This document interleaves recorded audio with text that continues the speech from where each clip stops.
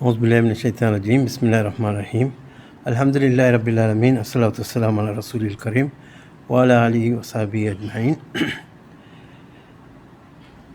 உலகிற்கு அருளாக அனுப்பப்பட்ட நபி ஸல்லல்லாஹு அலைஹி வஸல்லம் அவர்கள் பிறந்த ரபியுல் அவ்வல் மாதத்தை முன்னிட்டு சலாமா சொசைட்டி ஏற்பாடு செய்யும் விசேட நிகழ்ச்சி தொடருக்கு வருகை தந்துள்ள உங்கள் அனைவரையும் அன்புடன் வரவேற்கின்றோம். ரசூல் ஸல்லல்லாஹு அலைஹி வஸல்லம் அவர்களின் வாழ்வை படிப்பதற்கு மிகவும் பொருத்தமான காலகட்டம் இது. அந்த வகையில் ரசூல் ஸல்லல்லாஹு அலைஹி வஸல்லம் அவர்களின் வாழ்வில் இடம்பெற்ற 5 முக்கியமான நிகழ்வுகளை அடிப்படையாக கொண்டு இந்த நிகழ்ச்சி தொடர் வடிவமைக்கப்பட்டுள்ளது. இன்றிலிருந்து இன்ஷா அல்லாஹ் இன்னும் 5 வாரங்களுக்கு தொடர்ச்சியாக இந்த நிகழ்ச்சி தொடர் நடைபெற உள்ளது.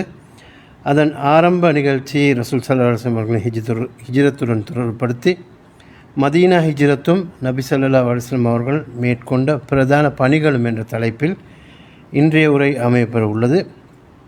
இந்த உரையை நிகழ்த்தியுள்ளார் சலாமா சொசைட்டியின் தலைவர் ஷேக் ஆசாத் அப்துல் மயீத் அவர்கள். இன்ஷா அல்லாஹ் இப்போது நாம் அவருடைய உரைக்கு செவிமளிப்போம்.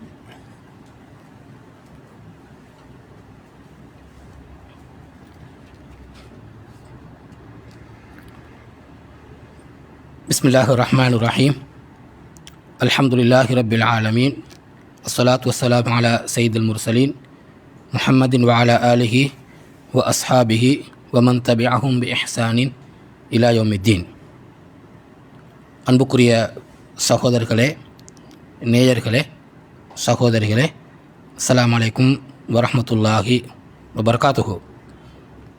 ஹிஜ்ரி 1447 வருடத்தின் ரபியுல் அவ்வல் மாதத்தில் நாங்கள் இருக்கின்றோம்.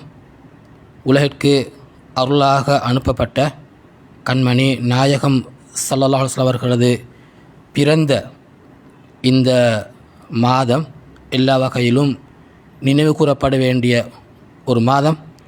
நபி அவர்களது வாழ்க்கை வரலாறை படிப்பதற்கு, அதனை விளங்கிக் கொள்வதற்கு, அதனை எவ்வாறு நாங்கள் வாழ்க்கையில் எடுத்து நடக்கலாம், அதன் தேவை, அதன் பெருமதி, அவர்களது வாழ்க்கை வழிகாட்டல்கள் எவ்வளவு தூரம் காலங்கள் மாறினாலும், இடங்கள் சூழல் மாற்றமடைந்தாலும் எல்லா காலத்திற்கும் பொருத்தமானது என்பதை நாங்கள் விளங்கிக் கொள்ள விளங்கிக் கொள்ள வேண்டிய ஒரு கடப்பாடு காணப்படுகின்றது. குறிப்பாக இந்த ரபியுல் அவ்வல் மாதம் அத்தகைய நபி அவர்களது வழிகாட்டல்களை, சுன்னாவை, சீராவை படிப்பதற்கான சந்தர்ப்பமாக எடுத்துக்கொள்வது எல்லா வகையிலும் பொருத்தமாக நாங்கள் கருதுகின்றோம். அன்புக்குரிய சகோதரர்களே, நேயர்களே, அல்லாஹ்வுடைய தூதர் நபி ஸல்லல்லாஹு அலைஹி வஸல்லம் அவர்கள் பிறந்த இந்த மாதம் உலகத்தில் காணப்படக்கூடிய எல்லா முஸ்லிம்களும் அவர்களை நினைவுபடுத்துகிறார்கள். அந்த அடிப்படையில் இறை தூதர் உலகத்திற்கு ஓர் அருட்கடை என்ற வகையில் அன்னாரது வாழ்க்கையில் நடந்த முக்கியமான அம்சங்களை கருத்திற்கொண்டு இந்த நிகழ்ச்சி தொடர் வடிவமைக்கப்பட்டுள்ளது. அதில் முதல் நிகழ்ச்சியாக ரசூல் ஸல்லல்லாஹு அலைஹி வஸல்லம் அவர்கள் ஹிஜ்ரத் பயணத்தை மேற்கொண்டமையும், ஹிஜ்ரத்துக்கு பின்பு மதீனாவில் மேற்கொண்ட முக்கியமான பணிகள் தொடர்பாக இந்த சந்தர்ப்பத்தில் உங்களோடு சில முக்கியமான விடயங்களை நாங்கள் கலந்துரையாட இருக்கின்றோம். அல்லாஹ் தஆலா எமது செயல்களை அங்கீகரித்து எமக்கு அருள் புரிவானாக என்ற பிரார்த்தனையோடு இந்த நிகழ்ச்சியை நாங்கள் ஆரம்பிக்கின்றோம். ஹிஜ்ரத் தொடர்பாக ஏலவே சலாமா சொசைட்டி ஒரு நிகழ்ச்சி விரிவாக நடாத்தி இருக்கின்றது. நாங்கள் அது தொடர்பாக இன்று விரிவாக பார்க்க மாட்டோம். ஹிஜ்ரத்தோடு தொடர்பான பரந்த விரிந்த பகுதியில் ஏன் நபி ஸல்லல்லாஹு அலைஹி வஸல்லம் அவர்கள் மதீனாவை நோக்கி ஹிஜ்ரத் சென்றார்கள் என்பது தொடர்பான காரணங்களை இந்த இடத்தில் ஆரம்பத்தில் நினைவுபடுத்த பொருத்தம் என்று கருதுகின்றேன். அந்த வகையில் வரலாற்றாசிரியர்கள் இதனை ஆய்வு செய்யக்கூடிய சந்தர்ப்பத்தில் முக்கியமான 3 காரணிகளை குறிப்பாக அடையாளப்படுத்துவார்கள். மக்கா நகர் என்பது நபியவர்கள் பிறந்த இடம், வளர்ந்த இடம், குடும்பத்தவர்கள் வாழ்ந்த இடம், நண்பர்களோடு இருந்த அந்த இடம், எல்லா வகையில் உள்ளத்திற்கு சாந்தம் தரக்கூடிய அந்த இடம், அல்லாஹ்ட இறையில்லம் காபத்துள்ள அமைந்துள்ள அந்த இடம், அந்த அழகிய சூழலை விட்டு குரா என அல் குர்ஆன் சொல்லக்கூடிய அந்த இடத்தை விட்டு, பக்கா என குர்ஆன் சொல்லக்கூடிய அந்த இடத்தை விட்டு மதீனாவுக்கு ஏன் செல்ல வேண்டும்? மதீனாவுக்கு செல்ல வேண்டும். இதற்கு முக்கியமான 3 காரணிகளை அடையாளப்படுத்துவார்கள் வரலாற்று ஆசிரியர்கள். முதலாவது காரணி, நபி ஸல்லல்லாஹு அலைஹி வஸல்லம் அவர்கள் அல்லாஹ்ட ஒரு தூதர், அல்லாஹ்ட வஹியை இந்த உலகத்துக்கு எத்தி வைக்க அல்லாஹ் அனுப்பிய ஒரு தூதர். இந்த பணியை மக்கா காலத்தில், மக்கா பிரதேசத்தின் அன்னவர்கள் செய்யக்கூடிய சந்தர்ப்பத்தில் மக்கத்து மனிதர்கள், குறிப்பாக இஸ்லாத்தை ஏற்றுக்கொள்ளாத காஃபிர்கள் மிகப்பெரிய அநியாயங்களை செய்ய தொடங்கினார்கள். தாவாவை, இஸ்லாமிய பணியை அடக்குவதில், அதனை பரவாமல் அவர்கள் அதை பரவாமல் இருப்பதற்காக வேண்டி பல்வகையான செயற்பாடுகளை செய்து வந்தார்கள். ஏன்னா தவ்வாவை, இஸ்லாமிய பிரச்சார பணியை அந்த இடத்திலேயே நசுக்குவதற்காக மக்கத்து மனிதர்கள் கடுமையாக உழைத்ததன் காரணமாக, ஈடுபட்டதன் காரணமாக இஸ்லாத்தை அங்கு முழுமையாக பாதுகாக்க முடியாத ஒரு நிலைமை ஏற்பட்டது. இதன் காரணமாக இடத்தை மாற்ற வேண்டிய ஒரு தேவை ஏற்பட்டது. இது முதலாவது காரணம். 2வது காரணம், இந்த பணியை மேற்கொண்ட ரசூலுல்லாஹி ஸல்லல்லாஹு அலைஹி வஸல்லம் அவரை ஏற்றுக்கொண்ட முஸ்லிம்கள், ஆண்கள், பெண்கள் அனைவரையும் உள ரீதியாக, மானசீக ரீதியாக, சமூக ரீதியாக, பொருளாதார ரீதியாக மக்கத்து காஃபிர்கள் கடுமையாக இம்சித்தார்கள். எல்லா வகையான தடைகளையும் அவர்களுக்கு முன்னால் இவர்கள் விதிக்க ஆரம்பித்தார்கள். எந்த அளவுக்கு என்றால், ஷாபு பனி தாலிப், அபு தாலிப் என்ற பள்ளத்தாக்கில் சுமார் 3 வருடங்களாக நபி ஸல்லல்லாஹு அலைஹி வஸல்லம் அவர்களையும் சஹாபாக்களும் குடும்பத்தவர்களையும் ஒன்றாக அடைத்து வைத்து பொருளாதார ரீதியாக, சமூக ரீதியாக உறவுகளை துண்டிக்கும் அளவுக்கு மக்கத்து காஃபிர்கள் மோசமாக நடந்து கொண்டமை இன்னொரு முக்கியமான காரணியாக நாங்கள் வரலாற்றில் காண முடியும். 3வது காரணி, இஸ்லாத்தின் இயல்பு. அல்லாஹ் தஆலா இந்த இஸ்லாத்தை, இந்த மார்க்கத்தை, இந்த வஹியை ஒரு சமூகத்துக்கு மாத்திரம் அனுப்பவில்லை. அது மக்காவோடு சுருங்கிய ஒரு மார்க்கம் அல்ல, மதீனாவோடு சுருங்கிய ஒரு மார்க்கம் அல்ல, அல்ல அரபிகளோடு சுருங்கிய ஒரு மார்க்கம் அல்ல. அது ஒரு பூகோள எல்லைகளை தாண்டின ஒரு மார்க்கம். துலகத்தில் வாழக்கூடிய அனைத்து மனிதர்களும் பொருத்தமான மார்க்கம், ஒரு சர்வதேச பண்பை கொண்ட ஒரு மார்க்கம். எனவே இந்த மார்க்கத்தை நாங்கள் பூகோள எல்லைகளோடு சுருக்க முடியாது. அதன் இயல்பு, அது பரவக்கூடிய மார்க்கம், வேகமாக உள்ளங்களை சென்றடையக்கூடிய மார்க்கம். எனவே இது ஒரு இடத்தோடு சம்பந்தப்பட்டதல்ல, ஒரு இனத்தோடு சம்பந்தப்பட்டதல்ல, ஒரு மொழியோடு சம்பந்தப்பட்டதல்ல. அது அனைத்தையும் தாண்டின முழு மன சமூகத்துக்குமான ஒரு மார்க்கமாகும். என் இயல்பாக இந்த மார்க்கம் எந்த இடத்தில் போனாலும் அது வாழும், அது பரவும், அது உள்ளங்களை ஆக்கர்ஷிக்கும். அந்த வகையில் மதீனா போவதில் எந்த ஆச்சரியமும் கிடையாது. அல் குர்ஆன் சொல்கிறது, வமா அர்சல்னாக இல்லா காஃபத்தல் லின்னாசி பஷீரன் வனதீரா வலாக்கின் அக்ஸரன் நாசி லா யஅலமூன். நபி, நாங்கள் உங்களை மனித சமூகத்துக்கு, முழு மன சமூகத்துக்கும் நாங்கள் உங்களை நன்மாராயம் கூறக்கூடியவராக, எச்சரிக்கை செய்யக்கூடியவர் நாங்கள் அனுப்பியிருக்கிறோம். ஆனால் மனிதர் அதிகமாக இதனை விளங்க மாட்டேன்னு குர்ஆன் சொல்லுகிறது. எனவே இஸ்லாத்திட பண்பு தஅவா ஆலமியா, ரிசாலா ஆலமியா, வமா அர்சல்னாக இல்லா ரஹ்மத்தன் லில் ஆலமீன். முழு உலகத்தாருக்குமான மார்க்கம் என்ற வகையில் அது ஒரு இடத்தோடு சம்பந்தப்படாமல் மதீனாவுக்கு போய் அதன் பணிகளை ஆரம்பித்தது. இந்த வகையில் இப்படி 3 வகையான முக்கியமான காரணிகளை நாங்கள் சீரா படிப்பதன் மூலமாக புரிந்து கொள்ள முடியும். அடுத்து நான் பகுதிக்கு வருவோம். மதீனாவுக்கு நபி ஸல்லல்லாஹு அலைஹி வஸல்லம் சென்ற பின்பு அங்கு நடந்த சம்பவங்கள், எப்படி மதீனத்து மக்கள் நபி அவர்களை வரவேற்றார்கள், நபி அவர்கள் அங்கே போக்கு முன்பு நடந்த ஏற்பாடுகள் நாங்கள் அதிகமாக தெரிந்திருக்கின்றோம். நபி ஸல்லல்லாஹு அலைஹி வஸல்லம் அவர்கள் மதீனாவுக்கு சென்றதன் பின்னால் என்ன வகையான பணிகளை மேற்கொண்டார்கள், அந்த பணிகளில் எவை மிக முக்கியமானவை, அது தொடர்பாக நாங்கள் புரிய வேண்டிய அம்சங்கள் எவை என்பது தொடர்பாக நாங்கள் சந்தர்ப்பத்தில் பார்க்க இருக்கின்றோம். இங்கு நான் முக்கியமான 3 விடயங்களை அழுத்தி சொல்ல நினைக்கின்றேன். முதலாவது விடயம் பினா அல் மஸ்ஜித் அன் நபவி, பள்ளியை நிர்மாணித்தல். அங்கு ஒரு பள்ளி நிர்மாணிக்கப்படுகிறது. நபி ஸல்லல்லாஹு அலைஹி அவர்கள் மதீனாவுக்கு சென்ற ஆரம்பத்தில் செய்த முதலாவது பணி அங்கு ஒரு மஸ்ஜிதை நிர்மாணித்தார்கள். முதலாவது பணி. நபியவர்கள் சென்ற தனது அல் கஸ்வா என்ற அந்த ஒட்டகம் எந்த இடத்துல போய் நின்றதோ அந்த இடத்தை ஒரு பள்ளிக்குரிய இடமாக, மஸ்ஜிதுக்கு இடமாக நபியவர்கள் தெரிவு செய்தார்கள். அந்த இடத்தை பொறுத்தவரையில் அது ஈத்த பழங்களை காய்ப்பதற்காக காணப்பட்ட ஒரு இடம். அந்த இடம் பனு நஜ்ஜார் கோத்திரத்தை சேர்ந்த 2 யத்தீம்களது சொந்தமான இடம். 2 யத்தீம்களுக்கு சொந்தமான இடம். இந்த இடத்தை நபி ஸல்லல்லாஹு அலைஹி அவர்கள் விலை கொடுத்து வாங்கினார்கள். அந்த இடத்துல இன்னும் சில பேரித்த மரங்கள் காணப்பட்டன, கிர்கத் போன்ற மரங்கள் காணப்பட்டன. அதே போன்று முஷ்ரிக்கீன்களது இத்து போன சில கபர்களும் அந்த இடத்தில் காணப்பட்டன. அப்போ அந்த இடத்துல நபி ஸல்லல்லாஹு அலைஹி அவர்கள் காசு கொடுத்து வாங்கியது வரலாற்று காணப்படக்கூடிய ஒரு முக்கியமான உண்மையாகும். அப்போ அந்த இடத்துல நபி ஸல்லல்லாஹு அலைஹி அவர்கள் இந்த பள்ளியை நிர்மாணம் செய்கிறார்கள். பங்கு காணப்பட்ட பேரித்த மரங்களை அகற்றி கபறுகளை இடம் மாற்றி அங்கு பள்ளி நிர்மாணத்துக்கான ஆரம்ப வேலைகள் நடைபெறுகின்றது. 3 முழம் அளவுக்கு அங்கு அத்திவாரம் போடப்படுகிறது. 100 முழம் அளவுக்கு அந்த பள்ளியிட விசாலம் காணப்படுகின்றது.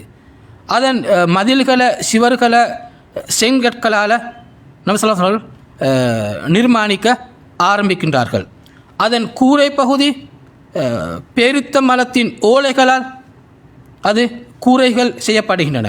அதன் நிலப்பகுதி சிறு சின்ன கற்களால் நிலப்பகுதி செப்பனிடப்படுகின்றது.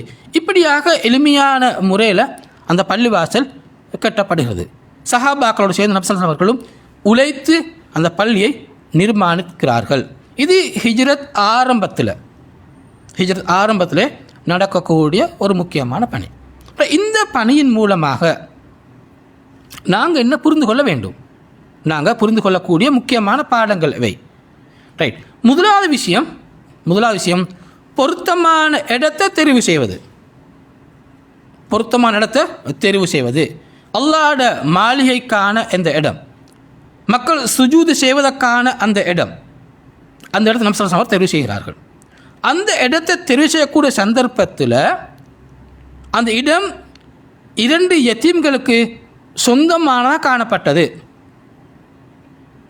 அப்போ இந்த சந்தர்ப்பத்தில் நபி ஸல்லல்லாஹு அலைஹி அவர்கள் அந்த 2 யத்தீம்களும் தாமாக விரும்பி அந்த இடத்தை இந்த பள்ளி நிர்மாணத்துக்காக இலவசமாக கொடுப்பதற்கு தயாராக இருந்த போதிலும் நபி அவர்கள் அதனை காசு கொடுத்து வாங்குகிறார்கள், பணம் கொடுத்து வாங்குகிறார்கள். அந்த வகையில் அந்த இடத்துக்குரிய பெருமதியை குறைத்து மதிப்பிடாமல் அதற்கு உரிய பெருமதியை தீர்மானித்து நிர்ணயித்து அந்த பெருமதி கொடுக்கப்படுகின்றது. அப்படி கொடுக்கப்பட்டுத்தான் அந்த இடம் வாங்கப்பட்டு அங்கே பள்ளி நிர்மாணிக்கப்படுகின்றது. பள்ளி என்பதற்காக நாங்கள் பள்ளிவாசல் கட்டுகின்றோம் என்பதற்காக நாங்கள் எவருடைய மனதையும் புண்படுத்தியவர்களாக நாங்கள் ஒரு வேலையை செய்யக்கூடாது. இன்னல்லாஹ் தைஜிபுன் லா யக்பலு இல்லா தைஜிபன். அல்லாஹ் மிக தூய்மையானவன், அவன் தூய்மையானவற்றைத்தான் ஏற்றுக்கொள்கின்றான் என்ற அந்த நபி மொழி, அந்த ஹதீஸ் எவ்வளோ துறையோட செயற்பாடுகள் தூய்மையானதாக, ஒழுங்கானதாக, நிர்பந்தங்கள் இல்லாமல் நடைபெற வேண்டும் என்பதற்கு மிக முக்கியமான ஒரு உதாரணமாகும். அந்த 2 யத்தீம்களும் சஹாப் யத்தீம்களும் இலவசமாக கொடுக்க நாடிய சந்தர்ப்பத்தில் நிர்பந்தங்கள் இல்லாமல் நபி அவர்கள் அதை காசு கொடுத்து வாங்குறாங்கண்டா, அதற்குரிய பணத்தை கொடுக்குறாங்கண்டா, இது நாங்கள் கவனிக்க வேண்டிய ஒரு முக்கியமான விஷயம். இன்றைக்கி நாங்கள் காண்கிற நாட்டை பொறுத்தவரையில் இப்படி நலவான ஹைரான எத்தனை விஷயங்கள் நடைபெறுகின்றன. ஆனால் எந்த சந்தர்ப்பத்திலும் எந்த ஒரு மனிதனும் விருப்பம் இல்லாமல் நிர்பந்தமான சந்தர்ப்பங்களுக்கு உட்பட்டு இப்படியான சதகாக்களை கொடுப்பதற்கான நிலைமை ஏற்படக்கூடாது. அது ஒரு நல்ல விடயமாக நாங்கள் கருத மாட்டோம். நாங்கள் திருப்தியோடு கொடுக்கணும், தர்மமாக இருக்கலாம், அல்லது உரிய விலைக்கு நாங்கள் விற்பதாக இருக்க இயலும். அந்த வகையான ஒரு அடிப்படையில் தான் நபி ஸல்லல்லாஹு அலைஹி வஸல்லம் அவர்கள் அந்த பள்ளிக்குரிய காணிய இடத்தை காசு கொடுத்து வாங்குகிறார்கள். இது நாங்கள் யோசிக்க வேண்டிய ஒரு முக்கியமான படிப்பு. ரெண்டாவது படிப்பினை, இந்த பள்ளி நிர்மாண வேலைகள் ஆரம்பித்த சந்தர்ப்பத்தில் நபி அவர்கள் நேரத்தை சரியாக முகாமே செய்கிறார்கள். இப்போ நாங்கள் ஆரம்பத்தில் சொன்னோம், பள்ளிக்குரிய அத்திவாரம் தோண்டப்படுகிறது, அட நீளம் சுமார் 100 முழங்களாக காணப்பட்டன, கற்களால் அந்த பள்ளி கட்டப்படுகிறது.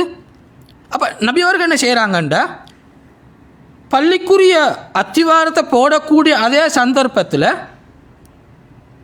செங்கற்களையும் அங்கே தயாரிக்க ஏற்பாடு நடக்கிறது. இப்போ ஒரே நேரத்தில் அந்த பள்ளியை நிர்மாணிப்பதற்கான பல வேலைகளை நபி அவர்கள் அங்கே ஏற்பாடு செய்கிறார்கள். அப்போ இதன் மூலமாக நேர முகாமே நடக்கிறது. ஒரு வேலையை முடித்து போட்டுட்டு அங்கே இன்னும் ஒரு வேலை அங்கே ஆரம்பிக்கப்படலை. இன்றைக்கு நாங்கள் டைம் மேனேஜ்மெண்ட் பேசுகிறோம், அதோடு நாங்கள் ஒரு கோர்ஸாக செய்கிறோம், ட்ரெயின் நடத்துகிறோம். ஆனால் நேர முகாமை என்பதை நாங்கள் சீரால் அழகாக படிக்க இயலும். அதன் காரணமாக ஒரு குறுகிய காலத்தில் நேர விரயம் இல்லாமல் பலரது உழைப்பால் இந்த வேலை நடைபெறுவதை நாங்கள் இந்த பள்ளி நிர்மாணத்தின் மூலமாக கண்டுகொள்ள முடியும். மூன்றாவது விஷயம், மூன்றாவது படிப்பின, நபி ஸல்லல்லாஹு அலைஹி அவர்கள் இந்த பள்ளி நிர்மாணத்தின் போது சஹாபாக்கள் பணியை ஒப்படைக்காமல் நபியுடன் சேர்ந்து அந்த நிர்மாண பணியில் ஈடுபடுகிறார்கள். ஒரு தலைமைன்னு சொல்லக்கொள்ள, ஒரு அமீர்னு சொல்லக்கொள்ள, அல்லது ஒரு தளபதினு சொல்லக்கொள்ள, அல்ல ஒரு நிறுவனத்தில் பொறுப்பாளர் என்று சொல்லக்கொள்ள, இல்லை தலைவர் என்று சொல்லக்கொள்ள, அங்கே சேர்ந்து உழைக்கக்கூடிய ஒரு கல்ச்சர் வரணும், ஒரு கலாச்சாரம் வரணும். அப்போ தான் அங்கே ஒரு அந்யோன்யமாக ஒரு சகோதர வாஞ்சையோட நாங்கள் சமூக பணிகளில் ஈடுபட இயலும். வெறுமனே ஆர்டர் பண்ணி கட்டளையிட்டு செய்வதை தாண்டி தன்னோடு இருக்கக்கூடியவர்களோடு சேர்ந்து ஒரு பணியை செய்வோமாக இருந்தால் அங்கு அந்த பணியில், இந்த நிர்மாண பணியில் வெறுமனே கற்களை தாண்டி இந்த மானசீக ரீதியான ஒரு பிணைப்பு ஏற்படுகிறது. சஹாபாக்களும் கற்களை தூக்கினார்கள், அத்துவாரத்தை போட்டார்கள், நபியர்களும் அதே கற்களை தூக்கினார்கள், தன் முதுகில் சுமந்து சென்றார்கள். சஹாபாக்களோடு தோளோடு தோளாட இருந்து தன்னை வித்தியாசப்படுத்தி காட்டாமல், தன்னை வேறுபடுத்தி காட்டாமல் நபியர்கள் இணைந்து செயற்பட்டார்கள். இது தனது தோழர்களுக்கு அந்த பணியை உத்வேகமாக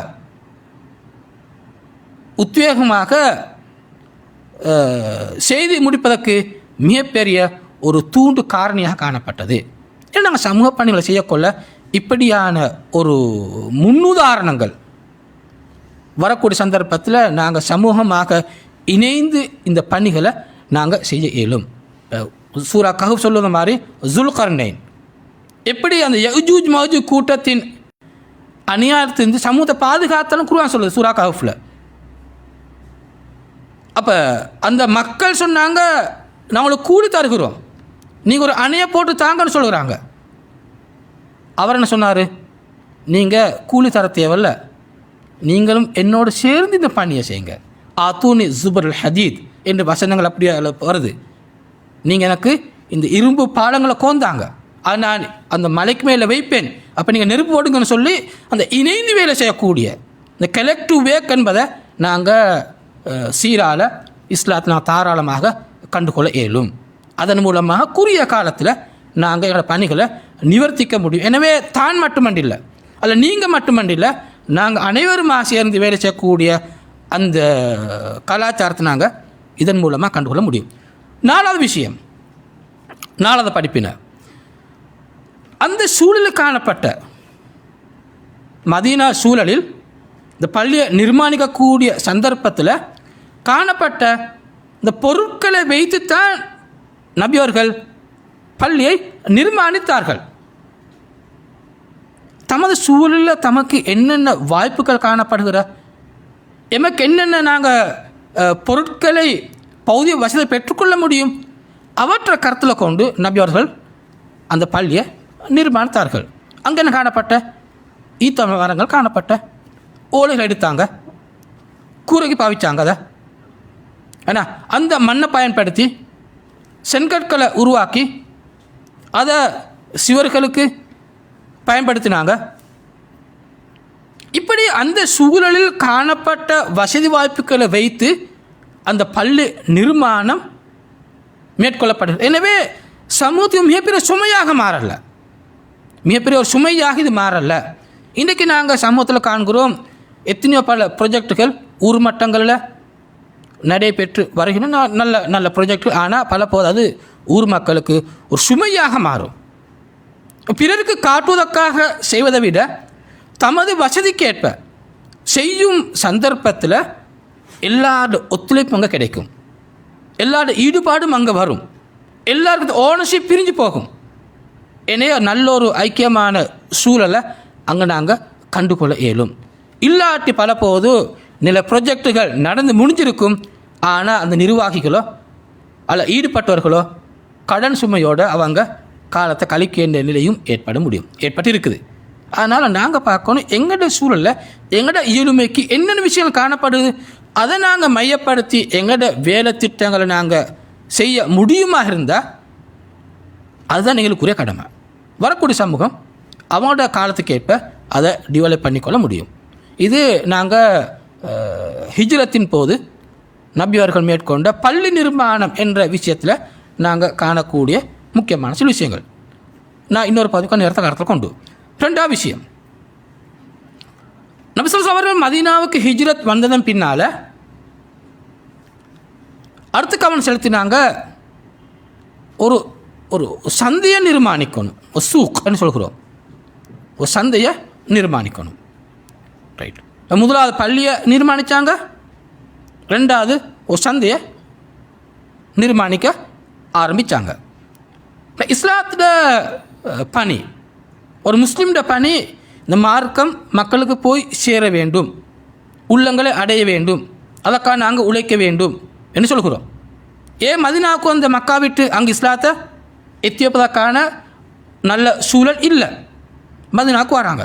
மதீனாவுக்கு வந்து என்ன செய்யணும், இதெல்லாம் விட்டு போட்டு மக்களுக்கு இஸ்லாத்தை எத்தியப்பதில் மாத்திரம் கவனம் செலுத்துவதா?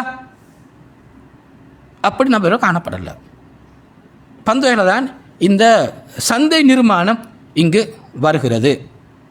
சமூகத்தை சமூக ரீதியாக பொருளாதார ரீதியாக மேம்படுத்துவது ஒரு அடிப்படையான விடயமாகும். நபிகள் மதீனாவுக்கு அந்த சந்தர்ப்பத்தில் மதீனா மக்களோட இயல்புல வியாபாரம் காணப்பட்ட, அங்கே விவசாயம் காணப்பட்ட. வியாபாரத்தை பொறுத்தவரையில் அதிகமானவர்கள் அதில் இருந்தாங்க யூதர்கள், குறிப்பாக பனு கைனூகா என்ற யூத கோத்திரம் தான் அதிகமாக வியாபாரத்தில் ஈடுபட்டு வந்தாங்க. அவங்களுக்கு என்ற சூக் பனி கைனூகா என்ற பேரில் ஒரு மார்க்கெட்டும் காணப்பட்ட, அவனோட பேரில் அந்த மார்க்கெட் காணப்பட்ட. ரைட், அந்த வகையில் யூதர்கள் அந்த மார்க்கெட்டில் தங்களோட வியாபார முயற்சியில் செஞ்சுட்டு போனாங்க. யூதர்களை பொறுத்தவரையில் வட்டியை அவங்க பார்க்கக்கூடிய ஒரு பார்வை ஒன்று இருக்குது. பிறருக்கு ஹராமண்டுவாங்க, அவங்களுக்கு ஹலாலண்டுவாங்க. ஏன்னா வட்டி கொடுக்கல்வாங்களோ தாராளமாக அவங்க யூதர் செஞ்சுட்டு போனாங்க. மக்கள் தேவையை கருத்தில் கொண்டு, மக்கள் தேவையை அவங்க சந்தர்ப்பம் பயன்படுத்தி விலைகளை கூட பெரிய ஏற்றத்தாழ்வோடு அவங்க செய்ய ஆரம்பித்தாங்க. அப்போ இதனால் மக்கள் பெரிய பாதிப்பு மதீனால காணப்பட்ட. மதீனாவில் வாழ்ந்த ஏனையவர்கள் ஏனையவர்கள் குறிப்பாக விவசாயத்தில் கூட கவனம் செலுத்தினாங்க. விவசாயம், அப்போ விவசாயம் மதீனத்து அரபுகள் செய்ய மதீனாவில் காணப்பட்ட பனு கைனூகா என்ற யூத கோத்திரம் வியாபாரத்தில் அதிகமாக ஈடுபட்டு அந்த ஆக்களுக்கு அதை பொறுத்தவரை அங்கே எந்த விதமான ஒரு போட்டியும் காணப்படலை. இந்த நிலைமை தான் மதீனாவில் காணப்பட்ட. இப்போ சஹாபாக்கள் ஹிஜ்ரத் வராங்க மதீனாவுக்கு. ஹிஜ்ரத் வந்த மக்கத்து சஹாபாக்களை பொறுத்தவரையில் அவங்க அதிகமாக வியாபாரத்தில் ஈடுபட்டுவார்கள். அப்போ இப்படி மதீனாவுக்கு முஹாஜிர்கள் ஹிஜ்ரத் வந்த பின்னால் மதீனாவில் இப்போ ஒரு சின்ன ஒரு மாற்றம் ஏற்பட ஆரம்பிக்குது. என்ன, மதீனத்து அரபுகள் விவசாயிகள், ஆனால் மக்கத்து மக்கள் வியாபாரிகள். அப்போ இங்கே மார்க்கெட்டில் ஒரு காம்படிஷன் இங்கே ஏற்பட ஆரம்பிக்குது. ரைட். அந்த வகையில் இது பனு கைனூகா கோத்திரர்களுக்கு ஒரு வகையான ஒரு நெகட்டிவ் ஃபீலிங் ஏற்படுத்துது. எங்களோட போட்டியிடக்கூடிய ஒரு குரு மதீனாவுக்கு வந்துட்டாங்க. எங்களோட வியாபார அதிகாரம் இதன் மூலமாக நாங்கள் இல்லா போகும் அல்ல குறைந்து போகும் என்ற ஃபீலிங்க்கு வராங்க பனு கைனூகா. இதனால் ஒரு வகையான ஒரு ப்ரெஷரை கொடுக்க தொடங்குகிறாங்க இந்த முஹாஜிர்களுக்கு. இப்படியான ஒரு நிலைமை அங்கே ஏற்படுது. இது எனக்கு பிஸ்னஸை காணக்கூடிய ஒரு முக்கியமான ஒரு விஷயம் உண்டு. ரைட். இது சரிப்பில் ரெண்டாவது விஷயம். அப்போ இதெல்லாம் நபி ஸல்லல்லாஹு அலைஹி வஸல்லம் ஸ்டடி பண்ணிவிட்டு ஆய்வு செஞ்சுட்டு ஒரு முடிவுக்கு வராங்க. நாங்கள் மதீனாவில் இன்னொரு மார்க்கெட்டை நாங்கள் உருவாக்க வேண்டும், இன்னும் நாங்கள் சந்தையை உருவாக்க வேண்டும். இந்த பனு கைனூகா அவங்களோட பிஸ்னஸ் நடக்கக்கூடிய மார்க்கெட் அப்படி இருக்க நான் இன்னொரு மார்க்கெட்டுக்கு வர வேண்டும் என்ற கருத்து வராங்க. வந்து அங்கே ஒரு மார்க்கெட்டை ஒரு சந்தையை அவங்க நிர்மாணம் செய்கிறாங்க. இதுக்கு முக்கியமான 3 காரணங்கள் காணப்படுகின்றன. ஒன்று, இஸ்லாம் போதிக்கக்கூடிய வழிகாட்டல்களை ப்ராக்டிஸ் பண்ணக்கூடிய பிஸ்னஸுக்கான வாய்ப்பு அங்கு காணப்பட வேண்டும். இஸ்லாம் சொல்லக்கூடிய வட்டி, அது பிள்ளைன்னு இஸ்லாம் சொல்லுது, மோசடி, ஏன்னா அது கூடிய விலையேற்றம், பதுக்கல், இஸ்லாம் வியாபாரம் தடை செஞ்ச விஷயங்கள், ஏமாற்று. அப்போ இந்த வகையான பிழைகள் அல்லது பாவங்கள் நடைபெறாத நீதி, நியாயம், நேர்மை, உண்மைத்தன்மை,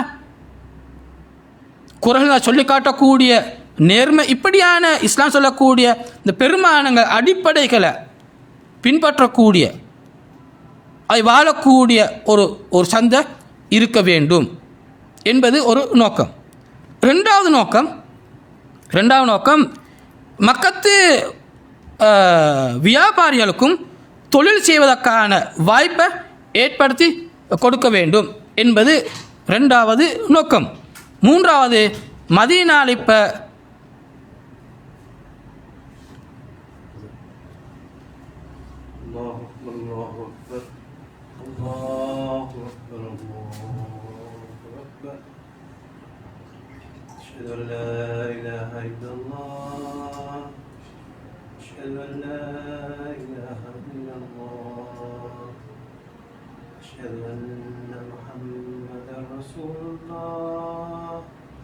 أشهد أن محمدا رسول الله حي على الصلاة حي على الصلاة حي على الفلاح حي على الفلاح الله أكبر الله أكبر لا إله إلا الله والصلاة القائمة محمد رسول إنك لا تخلف الميعاد. خير. بسم الله الرحمن الرحيم. மூணாவது முக்கியமான காரணம், இப்போ மதீனாவில் சனத்தக கூடிட்டு இப்போ மக்களுக்கு ஒரு தேவையும் அதிகரித்து விட்டது. ஏன்னா அந்த டிமாண்டுக்குரிய சப்ளைன்னு சொல்கிறோம், அந்த கேள்விக்கான நிரம்பலை தேவையை பூர்த்தி செய்வதற்கான வாய்ப்புகள் இன்னும் உருவாக்கப்படும். அந்த வகையில் நபி ஸல்லல்லாஹு அலைஹி வஸல்லம் அவர்கள் அங்கே ஒரு சந்தையை உருவாக்கினார்கள். ரைட். அப்போ இது ரெண்டாவது பணி முக்கியமான. இப்போ நான் கொஞ்சம் பார்க்கும் இந்த பாயிண்டில் இருந்து இந்த பள்ளிக்கும் இந்த சந்தைக்கும் இடையிலான உறவு அது எத்தகையது. ஏன் நபி இந்த ரெண்டு விஷயத்திலும் கூட கவனம் செலுத்தினாங்க. மூணாவது நாங்கள் பாயிண்ட்டுக்கும் பின்னால் வருவோம் இன்ஷா அல்லாஹ். ரைட். ஒரு பள்ளிவாசல் நிர்மாணம், இங்கே ஒரு சந்தை நிர்மாணம். ஏன் ரெண்டு நபியவங்க கூட கவனம் செலுத்தணும் ஆரம்பத்தில்? என்ன காரணம்? பள்ளி என்றால் ஒரு தூய்மையான இடம், அல்லாஹ் வணங்குற இடம், இபாதத்துக்கான இடம். அங்கே போய் பேச மாட்டோம், ஏன்னா அங்கே அமலை நாங்கள் ஈடுபடுவோம். சந்தை என்ற அடியல்பு இதுக்கு மாற்றமாக இருக்கும். அது ஏமாற்றம் நடக்கலும், போய் சொல்லுவாங்க. இப்படி இரண்டு வகையான விடயத்தில் நம்பியவங்க ஏக காலத்தில் கவனம் செலுத்தணும். நான் இதுவரை படித்து பார்க்க கொள்ள இஸ்லாமிய அறிஞர் முக்கியமான சில விஷயங்கள் எங்களுக்கு இங்கே சொல்லித்தராங்க. ரைட். அதில் முக்கியமான விஷயம் என்னென்னா, இஸ்லாம் எந்த வகையான ஒரு மனிதனை உருவாக்க நாடுகிறது. இஸ்லாம் எதிர்பார்க்கும் அந்த முஸ்லீம் யாரே? அது இஸ்லாத்தோடு ஒருத்தர் வருவாராக இருந்தால், அவர் இஸ்லாத்தை ஒருத்தர் ஏற்றுக்கொள்வாராக இருந்தால், அவர் எப்படிப்பட்ட ஒருத்தராக மாறணும். இந்த இடத்துல இஸ்லாம் சொல்லுது, இஸ்லாம் எதிர்பார்ப்பது ஒரு பேலன்ஸ்டான ஒரு ஆளுமை, தீவிரமாக இல்லாத, ஒரு பக்கத்தை மாற்றத்திடம் கவனம் செலுத்தக்கூடிய ஒரு மனிதனை இஸ்லாம் ஒருபோதும் எதிர்பார்ப்பதில்லை. அவன் ரஜுலுன் முத்தவாசின், அவன் ஒரு சமநிலையான மனிதன். ஒரு பக்கத்தில் மாத்திரம் அவன் கவனம் செலுத்த மாட்டான். அவன் ஏக காலத்தில் அவன் எல்லா விடயத்தையும் அவன் பேலன்ஸ் பண்ணி வாழக்கூடிய ஒரு மனிதனாக காணப்படுவான். ஒரு மனிதனுக்கு உலக வாழ்க்கைன்னு ஒன்று இருக்குது, மறுமை வாழ்க்கையும் இருக்குது. உலக வாழ்க்கையை விட்டுவிட்டு மறுமை வாழ்க்கை மட்டும் அவன் கவனம் செலுத்துவதல்ல, அல்லது உலக வாழ்க்கையில் முழுமையாக கவனம் செலுத்தி மறுமை வாழ்க்கையை புறக்கணிப்பதல்ல. அவனுக்கு ரூஹ் ஒன்று இருக்குது, அவனுக்கு ஜசத் ஒன்று இருக்குது, அவனுக்கு ஆன்மாய்க்கு உடல் இருக்குது. அவன் இரண்டுக்கும் இடையில் அவன் சமநிலையை பேடுவான். அவன் தான் மரணிக்க மாட்டான் என்ற எடுகோளில் அவன் நிறைய உழைப்பான். அதே நேரம் நாளைக்கு மரணம் வரும் என்ற எதிர்பார்ப்பில் மறுமைக்காக அவன் பாடுபடுவான். இப்படி ஒரு முஸ்லிமை பொறுத்தவரையில் இந்த முரண்பட்ட இரண்டு விடயங்களுக்கு மத்தியில் ஒரு சமநிலையை பேணக்கூடிய மனிதனாக வாழ்வது இஸ்லாம் எதிர்பார்க்கக்கூடிய ஒரு மனிதனாகும்.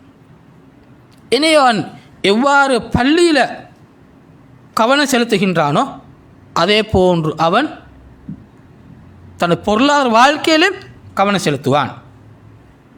அவன் எப்படி ஒரு மனிதன் தன் ஆன்மாவை வளர்ப்பதற்காக அவன் கவனத்தில் இருப்பான், அதே போன்று தனது பௌதிக தேவைகளையும் நிவர்த்தி செய்வதில் அவன் கவனம் எடுப்பான். அப்போ ஒன்றை விட்டு ஒன்றை அவன் பார்த்து செயற்படுவதல்ல. ஒரு முஸ்லீம் தன் ஈமானில் பலமாக இருக்க வேண்டியவன். அவன் எப்போ ரப்போடு அவன் தன் உறவை பலப்படுத்திக் கொள்வான். அதுக்கு பள்ளிவாசல் வருகிறது, அதுக்கு மஸ்ஜித் வருகிறது. தன் ரப்போட உறவுகளை பலப்படுத்திக் கொள்வது, ரப்போடு மாத்திரமல்ல, தன் ஏனைய சகாக்களோட, சக மனிதர்களோட, முஸ்லிம்களோட உறவை பலப்படுத்தக்கூடிய ஒரு அருமையான இடம்தான் இந்த அல்லாஹ்வோட பள்ளிவாசல்கள், மஸ்ஜிதுகள். இபாத் நடக்கும், அங்கே உறவுகள் பேணப்படும். ஒரு முஸ்லிமை பார்ப்பான், அவன் சலாம் சொல்லுவான், நலன் விசாரிப்பான். பள்ளிக்குரிய அந்த இடம், அங்கு சமூக இடைவெளிகள் காணப்படாது. ஒரே சஃப்ல எல்லா வகையான மனிதர்களும் நேராக இருப்பார்கள். ஒரு அரபி அஜமி ஒரே சஃபில் இருப்பார்கள், ஒரு ஏழை பணக்காரன் ஒரே சஃபில் இருப்பாங்க. அங்கே சமூகத்துவம் காணப்படும், அங்கே ஒரு நீதி நேர்மை காணப்படும், எல்லாரும் மத்தியில் ஒரு அடக்கம் ஒடுக்கம் காணப்படும், அன்பு நிறைந்திருக்கும் பள்ளிவாசல்களில். காரணம் அங்கே ரப்போட உள்ள அந்த உறவு.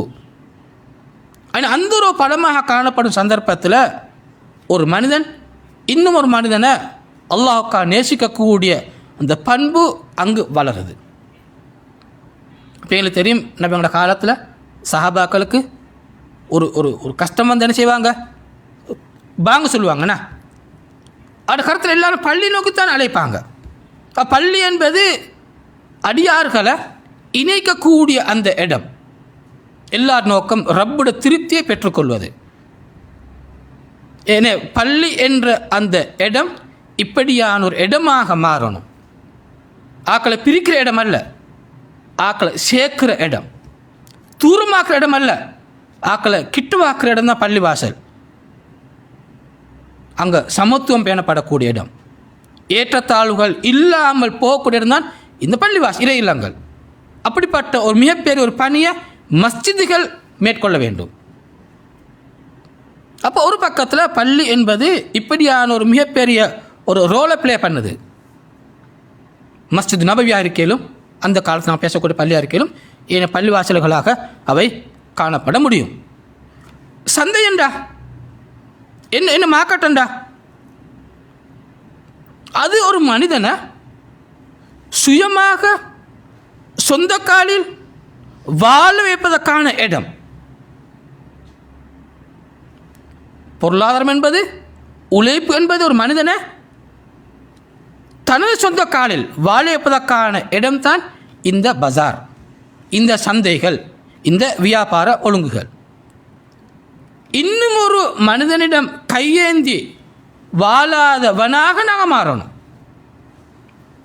அல்லாஹ்வுடைய ரிஸ்க் மிக விசாலமானது, அது எல்லா இடத்துலையும் காணப்படுது. ஃபம்ஷூஃபி மனாகிபிஹா வகுலு மின் ரிஸ்கிஹி வஇலைஹி நுஷூர். சூரா முல்க் சொல்லுது. ஃபைதா குதியத்து ஸலாத்து ஃபந்தஷிரு ஃபில் அர்த். சூரா ஜும்ஆ சொல்லுது, நீங்கள் பறந்து போங்க, எல்லா இடத்துக்கும் போங்க. அல்லாஹ்வுடைய ரிஸ்க் பரவலாக காணப்படுது. ஏன்னா ரிஸ்க்கை தேட வேண்டும். பள்ளியில் போய்த்து நாங்கள் யாரெல்லாம் ரிஸ்க்கை தா என்று மட்டும் துவா செஞ்சு அங்கே ரிஸ்க் கிடைக்க மாட்டாது. ஆனால் நாங்கள் ரிஸ்க் எல்லாரும் கேட்கணும். ஹலாலான ரிஸ்க் அல்ல, ரிஸ்க்கை தரணும். அல்ல குரான் எனக்கு அந்த நாலேஜை தரணும், அல்ல எனக்கு அந்த தெளிவை தரணும், எனக்கு அல்ல அந்த ஆற்றலை தரணும், அல்ல எனக்கு வாய்ப்புகளை தரணும். எல்லாரும் துவா கேட்கணும். பள்ளி வாசல் துவாவோடு மட்டும் சுருங்கிறதல்ல. நாங்கள் பஜாருக்கு போகிறது, நான் சந்தைக்கு போகிறது, நான் கடைக்கு போகிறது, நான் சாமான் சுமந்துட்டு போகிறது, பேத்து நாங்கள் வியாபார முயற்சிகளில் நாங்கள் ஈடுபடுவது. அப்படிப்பட்ட தந்த சொந்த காலில் நிற்கக்கூடிய ஒரு மனிதனாக ஒரு மனிதன் வாழ வேண்டும், உருவாக வேண்டும். அப்படி வாழ்ந்தால்தான் அவன் பிறருக்கு சுமையாக இருக்க மாட்டான், சமூகத்துக்கு சுமையாக இருக்க மாட்டான். ஆனால் சமூக சுமைகளை அவன் சுமந்து கொள்வான், சமூகத்துக்கு பயன் உள்ளவனாக மாறுவான். நீங்கள் பாருங்க, இஸ்லாத்துடைய 50 கடமைகளில் தொழுகை சம்மந்தப்பட போகுது பள்ளிவாசலோட நேரடியாக. அங்கே ஜகாத் ஹஜ்ஜி சம்மந்தப்பட போகுது எங்களோட வசதி வாய்ப்போட, பொருளாதாரத்தோட. அப்போ இஸ்லாத்தில் மிகப்பெரிய 2 கடமைகள், 2 முக்கியமான தூண்கள் ஏதோ சம்மந்தப்படுது. இந்த பொருளாதாரம். யார் ஜகாத் கடமையாகும் அவன் வசதி இருக்க வேண்டும், யாருக்கு ஹஜ் கடமையாகும் அவன் வசதி இருக்க வேண்டும். அந்த வகையான ஒரு விரிந்த பெரிய பார்வையில் தான் இஸ்லாம் பார்க்குது பொருளாதாரத்தை. இஸ்லாம் ஒருபோதும் வறுமையை வரவேற்பதில்லை. இஸ்லாம் வறுமையிலிருந்து பாதுகாப்பு தேடுமாறு துவா சொல்லி தருது. இன்னொரு முஸ்லீம்னு சொல்லக்கொள்ள அவன் பொருளாதாரத்தில் தண்ணீரை அடைந்தவனாக அவன் காணப்பட வேண்டும். ஜகாத் கொடுப்பவனும் ஜகாத் கொடுக்காதவனும், ஹஜ் செய்தவனும் ஹஜ் செய்யாதவனும் சாப்பாடுவார்களா? சாப்பாடே இல்லாதே. அல்லாஹ் கொடுக்கக்கூடிய மேலதிகமான பாக்கியங்கள், அது மேலதிகமான பாக்கியங்கள். அந்த பாக்கியத்தை நாங்கள் அடையணுமெண்டா எங்களோட கையில் அந்த வசதிகள் இருக்க வேண்டும். எனவே முஸ்லீம் சமூகம் தன் சொந்த காலில் இருக்க வேண்டுமாக இருந்தால் இங்கே உழைப்பு அவசியம். நாங்கள் பொருளாதார ரீதியாக நாங்கள் உயர்ந்து காணப்படுவோம், அதில் நாங்கள் பலமானவராக காணப்படுவோம். நான் எப்படி ரப்போட நாங்கள் பலத்தை உறவை பலப்படுத்துகிற பள்ளி ஊடாக, அதே மாதிரி நாங்கள் மார்க்கெட் ஊடாக எங்களோட பொருளாதாரத்தை நாங்கள் வளப்படுத்துவோம். அந்த 2 விஷயத்தை மையப்படுத்தி நபி ஸல்லல்லாஹு அலைஹி அவர்கள் என்ன செய்கிறாங்க? பள்ளியை நிர்மாணிக்கிறாங்க, அங்கே மார்க்கெட்டை நிர்மாணிக்கிறாங்க. நீங்கள் பாருங்க, அத்தா இப்னு ரபாஹ் என்ற ஒரு தாபின்னு சொல்லக்கூடிய ஒரு ரிவாயத், இப்படி நபி ஸல்லல்லாஹு அலைஹி அவர்கள் மதீனாவுக்கு வந்த சந்தர்ப்பத்தில் அங்கே ஒரு சந்திய நிர்மாணிக்க நாடினாங்க. அந்த சந்தர்ப்பத்தில் பனு கைனுகா ஏற்கனவே சொன்னேன் நான், அந்த அவங்களோட மார்க்கெட்டுக்கு நபி ஸல்லல்லாஹு அலைஹி வந்தார்கள். வந்து பார்த்தாங்க, பார்த்து போட்டுட்டு நபி அவர்கள் மதீனாவுக்கு மீண்டும் வந்து தண்ட காலால் ஒரு இடத்தை அடிக்கிறாங்க. அடிச்சு சொல்கிறாங்க, ஹாதா சுக்குக்கும் ஃபலா யுத்தையக்கு வலா யுஹது ஃபிகி ஹராஜ். இதுதான் உங்களோட மார்க்கெட்டுக்கான இடம், இது அவங்களோட சந்தைக்கான இடம். ஏன்னா இங்கு அழுத்தங்கள் பிரயோகிக்கப்படக்கூடாது, இங்கு வரிகள் எடுக்கப்படக்கூடாது. என்ன அவர்கள் இந்த சுதந்திரமாக பிற அழுத்தங்கள் ப்ரெஷர் இல்லாமல் பிஸ்னஸ் செய்வதற்கான அந்த சூழலை மதீனாவில் ஏற்படுத்தி கொடுக்குறாங்க. சூக்கு முனாகாண்டு வரலாற்றில் பதியப்பட்டு இருக்குது. சூக்கு முனாகா என்ன முதல்ல காணப்பட்ட மிகப்பெரிய ஒரு மார்க்கெட். பாருங்கள் எவ்வளோ தூரம் அந்த பேலன்ஸான வாழ்க்கைனா, அல்லாஹ் தருவான் என்று மட்டும் நாங்கள் இருக்கிறதா என்றால் இல்லை. அல்லாஹ் இந்த பூமியில் தந்துள்ள அந்த ரிசுக்கை தேடி பெற்றுக்கொள்வதான் எங்களோட கடமை. அந்த வகையில் இப்படியான ஒரு உறவை நாங்கள் இங்கே கண்டுகொள்ள இயலும். எனவே ஒரு முஸ்லீம் தன் மார்க்க விஷயத்தில் பலமாக இருப்பான், ஈமானில் பலமாக இருப்பான். அதோடு மாத்திரம் போதா, மார்க்கத்தை பாதுகாக்கக்கூடிய, இந்த ஈமானை பாதுகாக்கக்கூடிய ஒரு சக்தியும் தேவை, ஒரு பலமும் தேவை. அதான் இது இந்த பொருளாதார பலம். இந்த பொருளாதார பலம் ஒரு 10-20 வருஷத்துக்கு முன்னால் நீ ஹிஸ்ட்ரியை படித்து பாருங்க. இந்தோனேசியாவில் உதாரணமாக, ஆப்பிரிக்க நாடுகளில் லட்சக்கணக்கான முஸ்லீம்கள் மதம் மாற என்ன காரணம்? இந்த வறுமை தான் காரணம். இந்த வறுமையின் காரணமாக எத்தனையோ ஆயிரக்கணக்கான லட்சக்கணக்கான உள்ளங்கள் ஈமான பறிகொடுத்த. அப்போ ஈமான பறியெடுப்பதற்காக பொருளாதாரத்தை காட்டி இந்த உலகத்தில் எத்தனையோ வேலை நடக்குது. பொருளாதார பிரச்சனை, வறுமண்ட பிரச்சனை. நாங்கள் இதை 2ஆம் தர பிரச்சனையாக நாங்கள் ஒருபோதும் பார்க்க முடியாது. பொருளாதாரம் இருக்குமாக இருந்தால் நாங்கள் ஈமான பாதுகாப்பதற்கான பலமாக சக்தியாக அதை நாங்கள் எடுக்க இயலும். ஈமான பலமாக இருக்கணும். ஈமான பாதுகாப்பதற்கான இந்த வகையான எமக்கு சக்திகளும் இருக்க வேண்டும். இல்லாட்டி ஈமான் அங்கு பலம் இழந்து போகும். அங்கு ஈமான் பலம் இழந்து போகும். என்ன பொருளாதார பலம் என்பது இங்கே மிக முக்கியமானது. அதனால தான் ஜக்காத் கடமை யாருக்கு கொடுக்கணும்? ஏழைக்கு கொடுங்கோ, மிஸ்கினுக்கு கொடுங்கோ, நீ கடனாளிக்கு கொடுங்கோ, வழிபோக்குற கொடுங்கோ. என்னத்துக்கு? அந்தந்த சந்தர்ப்பத்தில் ஏற்படக்கூடிய பிரச்சனையில் இருந்து அவங்க வெளிக்கு வரணும். அதுக்குள்ளே இருப்பாராக இருந்தால் அது ஈமானுங்க பலப்போது ஆபத்துக்களை ஏற்படுத்த இயலும். அவன் சுய கௌரவம் அங்கு இழக்கப்பட்டவனாக அவன் வாழ வேண்டிய நிலை ஏற்படலாம். இதெல்லாம் நீங்கள் பாருங்கள், நபி ஸல்லல்லாஹு அலைஹி அவர்களை அல்லாஹ் தஆலா எப்படி பலப்படுத்தினான் என்றால், ரசூல் அவர்களோடு இஸ்லாத்தை ஏற்றுக்கொண்ட இந்த ஆரம்ப சஹாபாக்களை படித்து பார்த்தோம்டா சில வரலாற்று குறிப்புகள் காணப்படுகிறது. சுவர்க்கத்துக்கு நன்மாராயம் கூறப்பட்ட இந்த 10 சஹாபாக்களும் பொருளாதார வசதி உள்ளவர்கள். பொருளாதார வசதி உள்ள சஹாபாக்கள். ரசூலோட மனைவி யாரின்? ஹதிஜா நாயகி. மக்களை காணப்பட்ட மிகப்பெரிய ஒரு செல்வந்தர். ரசூலா ஏற்றுக்கொண்ட முதலாவது சஹாபியாரன் அபூபக்கர் ரலியல்லாஹு அன்ஹு, மிகப்பெரிய பணக்காரர். உஸ்மான் ரலியல்லாஹு அன்ஹு, அப்துல் ரஹ்மான் ஆஃப் ரலியல்லாஹு அன்ஹு, மிகப்பெரிய பணக்கார சஹாபாக்கள். அந்த காலம் நிறைய அடிமைகள் விடுதலை செய்யப்பட்டன. நிறைய சன்மார்க்க பணிகளுக்கு அவங்க தான் நிறைய வாரி கொட்டினார்கள். எனவே பொருளாதார வசதி மிக முக்கியமானது. ஒரு சமூகத்திட அதாவது ஒரு கவர்ச்சி, ஒரு ஈர்ப்பு வர வேண்டுமாக இருந்தால் நாங்கள் பொருளாதாரத்தில் தன்னிறைவு அடைந்திருக்க வேண்டும். எனவே இப்படியான ஒரு மிகப்பெரிய ஒரு பார்வையை நாங்கள் இங்கே காண இயலும். அந்த வகையில் நபி ஸல்லல்லாஹு அலைஹி வஸல்லம் என்ன செய்கிறாங்க, மதீனாவில் சூக்கை கொண்டு வராங்க, சந்தையை கொண்டு வராங்க. என்ன சொல்கிறாங்க நபி ஸல்லல்லாஹு அலைஹி வஸல்லம், யார் ஒரு நேர்மையான நம்பிக்கையுள்ள ஒரு வியாபாரி நாளை மறுமையில் யாரோடு இருப்பாங்க, நபிஜீன சித்திகீன சுஹதாயி சாலிஹீன். நாளை மறுமையில் சுவர்க்கத்தில் இந்த நேர்மையான வாய்மையுள்ள வியாபாரிகள் சுஹதாக்களோட சித்திகீன்களோட நைமர்களோட காணப்படுற மறுமையில். அவ்வளோ உயர்ந்த அந்தஸ்து, அவ்வளோ உயர்ந்த அந்தஸ்து. எனவே இதை நாங்கள் ஒருபோதும் குறைத்து மதிப்பிடக்கூடாது. இந்த வறுமை பற்றிய அந்த பார்வை மாற வேண்டிய ஒரு தேவை இருக்குது.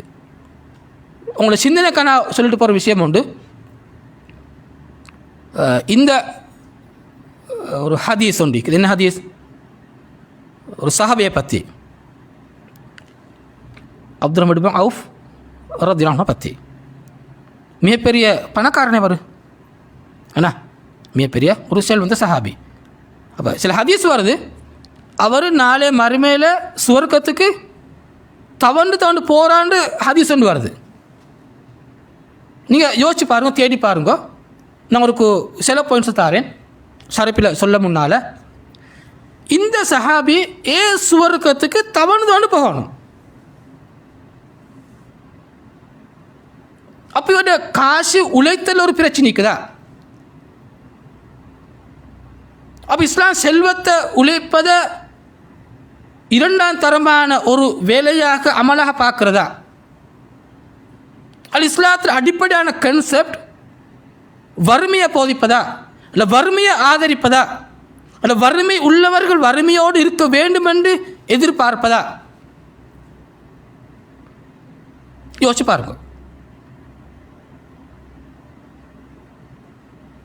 இப்படி வந்தாலும் பரவாயில்லை, கடைசிக்கு போகிற சஹாபி அல்ல, தவறு போகிற சஹாபி அல்ல. அந்த நன்மாராயம் கூறப்பட்ட 10 சஹாபாக்கள் சுவர்க்கத்துக்கு, அதில் 10 சஹாபி என்ற ஓரளவு பரவாயில்லை, அப்படியும் இல்லை. அப்போ இந்த வகையில் இஸ்லாமிய சமூகத்தில் இந்த வறுமை தொடர்பான ஒரு பிழையான ஒரு புரிதல் காணப்படுகிறது. அதில் உழைப்போடு தொடர்பான, அதில் செல்வத்தோடு தொடர்பான, அதில் பொருளாதார தொடர்பான ஒரு பிழையான புரிதல் காணப்படுகிறது. இதன் மூலமாக நாங்கள் பிறருக்கு அடிமைப்படக்கூடிய சமூகமாக பல போர் மாறும். அப்படி மாறும் இஸ்லாம் ஒருபோதும் ஏற்றுக்கொள்ள மாட்டாது. எனவே நாங்கள் இஸ்லாத்தின் பொருளாதார கன்செப்ட் படித்து பார்த்தா அது மிக பரந்த விரிந்த ஒரு வீடியம். அதில் ஒரு முதலாவது ஸ்டெப் தான் நபி ஸல்லல்லாஹு அலைஹி அவர்கள் மதீனாவில் அந்த மார்க்கெட்டை ஸ்தாபித்தமை. மதீனா இஸ்லாமிய சமூகத்துக்கு மத்தியில் இந்த வியாபாரத்தை மேம்படுத்துவதற்காக அந்த மார்க்கெட்டை நிர்மாணித்தமை. அப்போ இது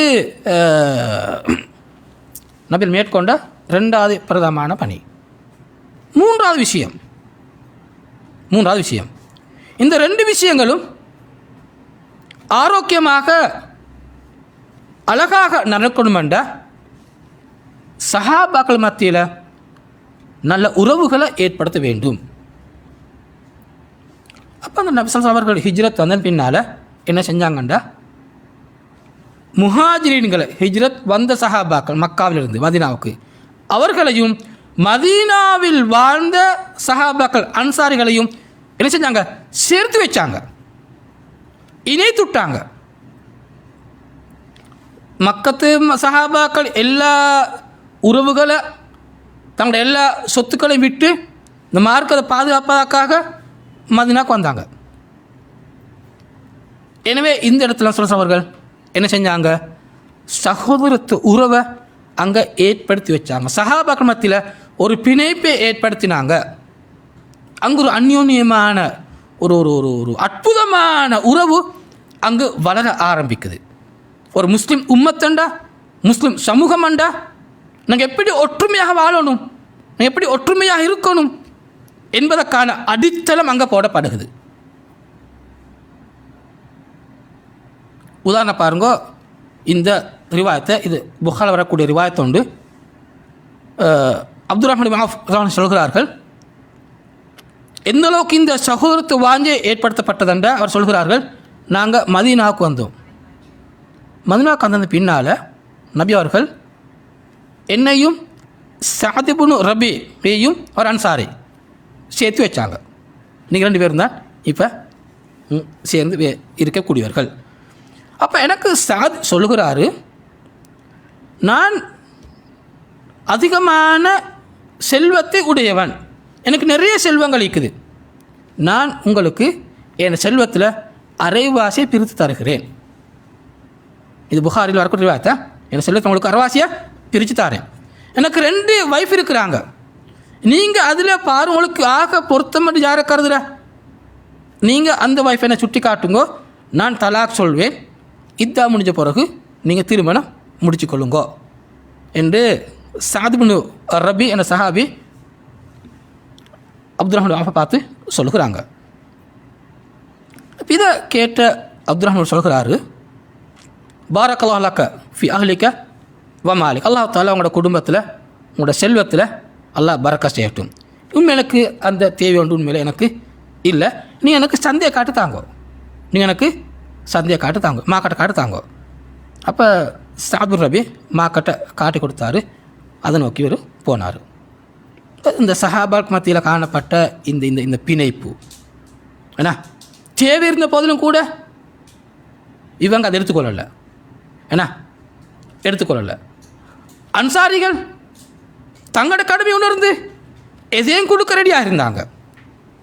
இப்படி நபி ஸல்லல்லாஹு அலைஹி வஸல்லம் அவர்கள் என்ன செஞ்சாங்கட்டா, சஹாபாக்கள் மத்தியில் அந்த அன்பை வளர்ப்பதற்கான, சகோதரத்தை ஏற்படுத்துவதற்கான அடித்தளத்தை போட்டாங்க.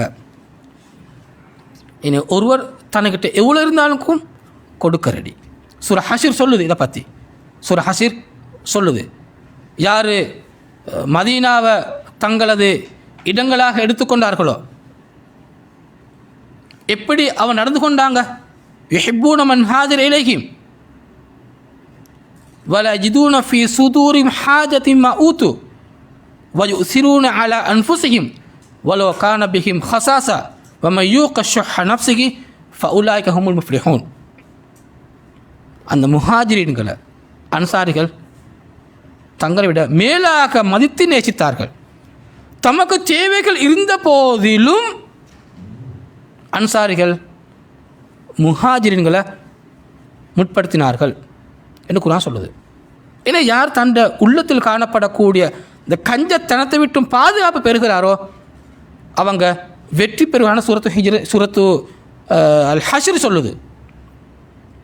இப்படியான அந்த உறவு ஏன்னா உள்ளங்களுக்கு மத்தியில் பிணைப்பை ஏற்படுத்துவது இஸ்லாத்தை பொறுத்தவரையில் மிக முக்கியமான ஒரு விஷயம். இப்போ பிணைப்பொண்டு ஏற்படுத்தப்பட்டால் அங்கே குரோதங்கள் வரமாட்டாது, வஞ்சகம் வராது, கால் புணர்ச்சி அங்கே மிகைக்காது, அங்கே கால் புணர்ச்சி மிகைக்க மாட்டாது. அங்கே கோத்திர வெறியோ இல்லை குல வெறியோ அல்ல இயக்க வெறியோ அல்லது கொள்கை வெறியோ அங்கே ஒரு போதும் மிகைக்க மாட்டாது. என்ன மிகைக்கும்? நான் அல்லாஹ்வுக்காக உன்னை நேசிக்கின்றேன், அல் உஹுவான்னு சொல்கிறோம். இந்த சகோதரத்துவம் தான் அங்கே மிகைக்கும்.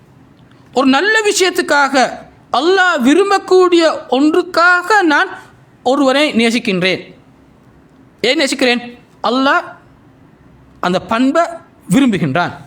நான் ஒரு மதனை வெறுக்கின்றேன், காரணம் என்ன? அல்லாஹ் வெறுக்கக்கூடிய, அல்லாஹ் விரும்பாத ஒரு பண்பு அந்த நபரிடம் காணப்படுகின்றது, அதற்காக நான் வெறுக்கின்றேன். அப்போ எங்களை ஆள வேண்டிய பண்பு இந்த அல்லாஹ்வுடைய வார்த்தைகள், இந்த அல்லாஹ்வுடைய வழிகாட்டல்கள், அல்லாஹ் தூதர் சொல்லக்கூடிய பண்பாடு வேல்யூஸ் இதன் உள்ளங்களை ஆளணும். அந்த வகையான ஒரு ஒரு ஒரு பண்பு மாற்றம், உளமாற்றம் வருமாக இருந்தால் நாங்கள் உண்மையிலே அல்லாஹ்வுடைய உதவிக்கு பொருத்தமான சமூகமாக மாறுவோம். நீ பாருங்க, நபி ஸல்லல்லாஹு அலைஹி வஸல்லம் சொல்லக்கூடிய ஹதீஸை படித்து பார்த்தீங்கன்னா இந்த சகோதரத்தை மையப்படுத்தி எவ்வளோ ஹதீஸ்கள் வந்திருக்குது. உதாரணமாக இந்த ஹதீஸ், இன்னல்லாஹ தஆலா யக்கூலு யௌமல் கியாமா ஐன முத்தஹாபூன பி ஜலாலி அல் யௌம உதில்லுஹும் ஃபி தில்லி யௌம லா தில்ல இல்லா தில்லி. அல்லாஹ் சொல்கின்ற மறுமை நாளில் எனது கண்ணியத்துக்காக யாரெல்லாம் அன்பு பாராட்டினார்களோ, அன்போடு இணைந்தார்களோ, அவர்களுக்கு நாளை மறுமையில் நிழல் இல்லாத அந்த நாளில் எனது நிழலை கொடுப்பேன் என்ற ஹதீஸ் ரவாஹ் முஸ்லீம். இனி அல்லாஹ்வுக்காக நாங்கள் அன்பானவர்களாக, நேசம் கொண்டவர்களாக நாங்கள் மாறுவது. வஅதஸிமு பிஹப்லில்லாஹி ஜமீஅன் வலா தஃபர்ரகு. அல்லாஹ்வோட கயிற்று, இந்த குர்ஆன், இந்த தீனை, இந்த மார்க்கத்தை, இந்த இஸ்லாத்தை நீங்கள் பெற்று பிடிச்சு கொள்ளுங்க என்று மாத்திரமல்ல, நீங்கள் பிரிய வேண்டாம் என்று குர்ஆன் சொல்லுது. நீங்கள் பிளவுபட வேண்டாம் என்று சொல்லுது. அப்போ இந்த 3 விஷயங்கள் நாங்கள் படித்து பார்க்க கொள்ள, ஒன்று பள்ளி நிர்மாணம், 2 சந்தை நிர்மாணம், 3 சகோதரத்துவ வாஞ்சையை ஏற்படுத்தியமை. இப்படிப்பட்ட சகோதரத்துவ வாஞ்சோட நாங்கள் பள்ளிக்கு போனோமாண்டா, ஏன்னா அந்த ரோலிடம் பல என்ன அல்லாஹ்வுக்காக சுஜூது செய்யக்கூடிய சமூகம். எங்களோட நோக்கம் அல்லாஹ்வோட திருப்தி, நீனும் நானும் அல்ல. ஆனால் இன்றைக்கு கவலை என்னண்டா, எங்களை பிரித்து வச்சிக்குது எது? இந்த பள்ளி வாசல்கள். ஃபிக்ஹில் காணப்படக்கூடிய கருத்து வேறுபாடுகளால் நாங்கள் பிரிஞ்சிருக்கிறோம். பிரிவதற்கான அடிப்படைகள் அல்ல, தாராளம் நடக்க வேண்டிய விஷயங்கள். முன்னோர்கள், எங்களோட பெரிய பெரிய இமாம்கள் எப்படி நடந்து கொண்டு நாங்கள் ஃபிக்ஹ் விஷயத்தில் அதை நாங்கள் மொத்தமாக பார்க்காம ஒரு பகுதியாக பார்த்ததன் காரணமாக, ஒரு கொள்கையாக பார்த்ததன் காரணமாக, ஒரு சிந்தனை முகாமாக பார்த்ததன் காரணமாக இன்றைக்கு நாங்கள் பிரிஞ்சிருக்கிறோம். எங்களோட சக்தி இன்றைக்கு குறைஞ்சிக்குது. ஒரு சமூகமாக எழும முடியாதவர்களாக நாங்கள் இருக்கிறோம்.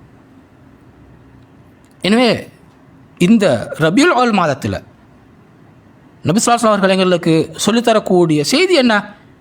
நீங்கள் இன்னல் முஃமினூன இஹ்வான், குர்ஆன் சொல்லுது போல, ஈமான் கொண்ட அனைவரும் சகோதரர்கள் என்று சொல்லுது போல குர்ஆன். நாங்கள் எங்களுக்கு மத்தியில் காணப்படக்கூடிய கருத்து வேறுபாடுகளை புரிந்து கொண்டவர்களாக, நாங்கள் பிறரை ஏற்றுக்கொண்டவர்களாக, அல்லாஹ்வுக்கு நேசிக்கக்கூடியவர்களாக நாங்கள் மாறுவோமாக இருந்தால் இதை நாங்கள் சீரால் படிக்கக்கூடிய மிகப்பெரிய பாடம். இது ஒன்று சேர வேண்டிய காலம், கைகோர்க்க வேண்டிய காலம், பரஸ்பரம் ஒத்துழைக்க வேண்டிய காலம், மனதை திருந்தி பேச வேண்டிய காலம். நான் என்பதல்ல இங்கே, அது ஷைத்தாண்ட அடையாளம், அது ஷைத்தாண்ட ஊசலாட்டம். நான் செய்ததல்ல, நீங்கள் செய்ததை நான் ஏற்றுக்கொள்ள, ரெக்கக்னைஸ் பண்ணுறது, உங்களோட பணியையும் நான் ஏற்றுக்கொள்வது, அந்த மனோநிலையை நாங்கள் வளர்த்து கொள்வது, அதற்குரிய நல்ல இடம் இந்த மாதம், அதுக்கு நல்ல இடம் இந்த புனிதமான மஸ்ஜிதுகள். அப்படியான உள்ளங்க கொண்டு வர நாங்கள் மாறுவோமா இருந்தாண்டா நாங்கள் பஜார்லேயும் கூட என்ன செய்வோம்? உண்மை பேசக்கூடியவர்களாக, நேர்மையானவர்களாக, உண்மையான அன்பாளர்களாக, பிறருக்கு உதவி செய்யக்கூடியவர்களாக, பிறரை தூக்கி விடக்கூடியவர்களாக நாங்கள் வியாபாரத்தில் ஈடுபடுவோம். அதன் மூலமாகவும் உள்ளங்கள் பிணையும், உள்ளங்கள் ஒன்று சேரும். இப்படிப்பட்ட உள்ளங்கள் ஒன்று சேர்ந்தவர்களாக நாங்கள் ரப்பிடம் கையெழுந்து நிச்சயமாக அல்லாஹ் எங்களோட துவாக்களை ஏற்றுக்கொள்வான். என் அன்புக்குரிய நேயர்களே, சகோதரர்களே, சகோதரிகளே, நசீராவை ஆழமாக படிக்கணும், நிறைய வாசிக்கணும், நிறைய நாங்கள் தெரிஞ்சுக்கொள்ளணும். குர்ஆன் அல்லாஹ்வோட வஹி, வாழ்க்கையான கோட்பாடு என்றா அதற்கு விளக்கமாக ஹதீஸ்கள் உள்ளன. அந்த ஹதீஸ்களுக்கான நடைமுறை வாழ்க்கையை தான் நாங்கள் சொல்லக்கூடிய நபியவர்களது இந்த சீரா வாழ்க்கை வரலாறு. எனவே இந்த மாதத்தில் இப்படியான ஒரு நிகழ்ச்சி மூலமாக சீராவிலிருந்து ஒரு பகுதியை மிக சுருக்கமாக உங்களோடு பரிமாறிக்கொள்ள கெடுதிட்டு ரப்புக்கு நன்றி கூறி விடைபெறுகின்றேன். ஜிசாக்குமுல்லா ஹைரா. அஸ்ஸலாமு அலைக்கும் வரஹ்மத்துல்லாஹி வபரகாத்துஹு.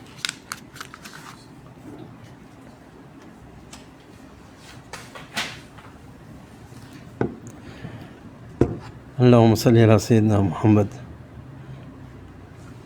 وعلى آل محمد كما صليت على إبراهيم وعلى آل إبراهيم. ரசூல் ஸல்லல்லாஹு அலைஹி வஸல்லம் அவர்களை ஞாபகப்படுத்துவதும் அவர்கள் தொடர்பான விசேஷமான விடயங்களை கதைப்பதையும் நோக்கமாக கொண்டு சலாமா சொசைட்டி ஏற்பாடு செய்த உலகிற்கு அருளாக அனுப்பப்பட்ட நபி ஸல்லல்லாஹு அலைஹி வஸல்லம் அவர்கள் என்ற தொடரின் முதலாவது அமர்வை மதீனா ஹிஜ்ரத்தும் நபி ஸல்லல்லாஹு அலைஹி வஸல்லம் அவர்கள் மேற்கொண்ட பிரதான பணிகளும் என்ற தலைப்பில் சலாமா சொசைட்டியின் தலைவர் ஷேக் ஆசாத் அப்துல் மயீத் அவர்கள் சிறப்பாக விளக்கி சென்றார்கள். அல்லாஹ் தாலா இந்த அமர்வை பொருந்து கொள்ளணும். ஷேக் அவர்களுக்கு அல்லாஹ் தாலா அவருடைய ஞானத்திலும் ஆரோக்கியத்திலும் விஸ்தீர்ணப்படுத்தணும். இந்த அமர்வை அல்லாஹ் தாலா மீசானுல் ஹசனாத்தில் கனமானதாக ஆக்க வேண்டும் என்ற துஆவோடு இன்ஷா அல்லாஹ் இந்த தொடரின் இரண்டாவது நிகழ்ச்சி மக்கா வெற்றியின் பாடங்களும் படிப்பினைகளும் என்ற தலைப்பில் இன்ஷா அல்லாஹ் அடுத்த திங்கட்கிழமை நடைபெற உள்ளது.